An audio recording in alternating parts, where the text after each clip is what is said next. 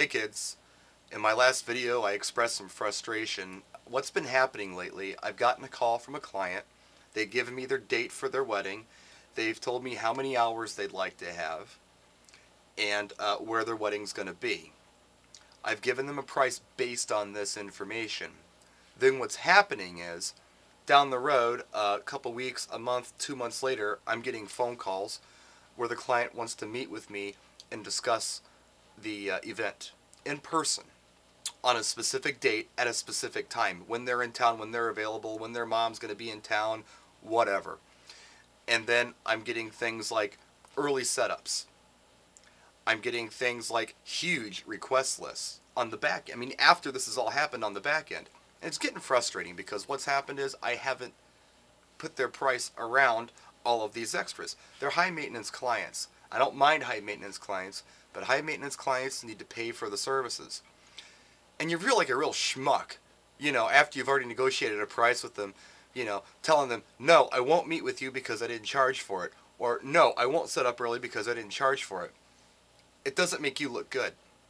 So I got an idea. It's called worst case scenario pricing, and let me show you kind of how it would work.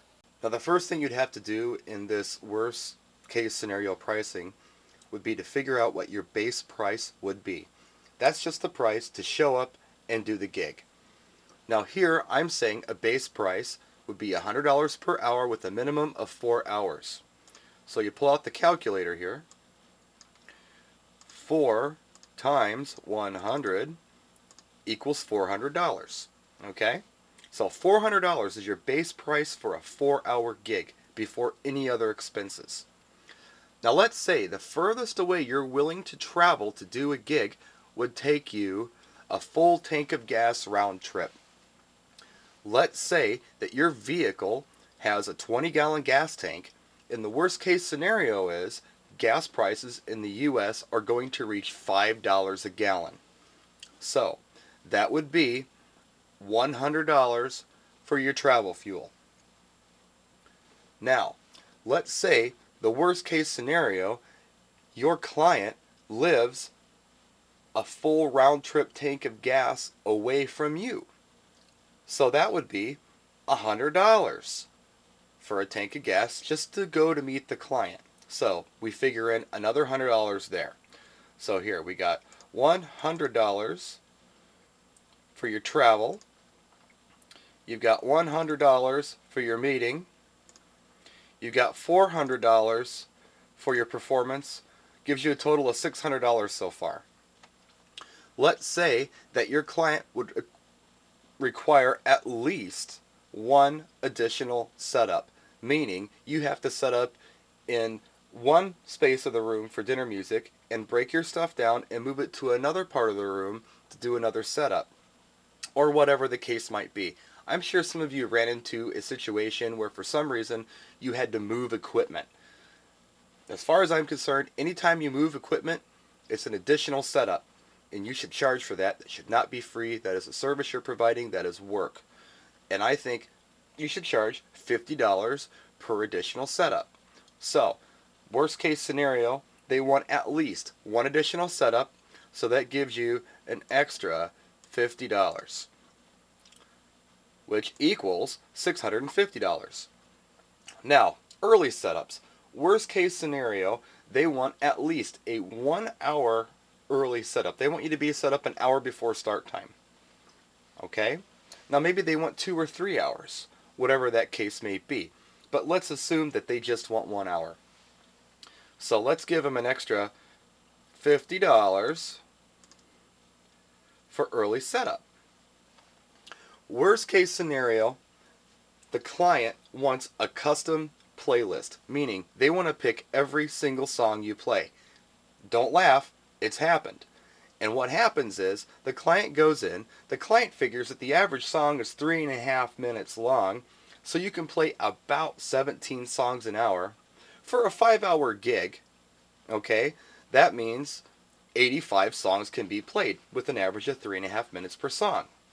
Now, if you get a list like this, and you have to download every single song at $1 per download through some of these sites, that's $85. So another $85 for a custom playlist. Now you've got a total of $785. So now when a client calls, you ask the questions you always ask anyway. What date are you looking at? Where's it going to be? How many hours would you like? How many people are going to be in attendance? Now that's a great question. How many people are going to be in attendance? Because it gives you an idea of what size light show and PA you need to bring. You can put that into your pricing as well if you want to. Now, if everything that they're telling you fits within your range, with the 4 hours and all that within your range of the worst case scenario pricing, you give them the price of $785 according to this list. And if they say, okay, great, where do I send the check? You just booked a gig. If they say, ooh, that was more money than we were planning on spending, then you can start going down your list and, maybe you can eliminate some costs. Okay, where's the hall? Is the hall 20 minutes from your house? Well, okay, you don't need to have all that fuel cost in there. Cut it in half. Give them $50 off. Go down to the next thing. Will you be requiring a face-to-face meeting with me, or can we take care of most of our business over the phone and via email? If they say, oh, no, we don't need to meet with you. We know you're a great DJ. Just come and do what you do. You can eliminate that meeting cost. So right there, you may have eliminated $150. You can give them a new price. And maybe that's the price that was closer to what they were thinking of spending. If it's still too much, keep going down your list. Will you require an early setup? If the answer is no, knock another $50 off. If the answer is yes, how early of a setup do you need? If it's 2 hours early, you got to add $50. You get the idea. It just gives you a way to really price a gig out the way it's supposed to be priced. No surprises. And, at $785, you expect the worst. You've got a bunch of requests, you're doing meetings, you're setting up early, and if it happens, you're going to deal with it. If it doesn't happen, it's all gravy. So, and these numbers aren't really based on reality.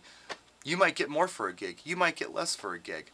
But maybe this will give you an idea of really how to price out a gig. Just as a concept, what do you think? Give me your comments, give me your ideas and thoughts on this. All right? Cool. Practice and enjoy.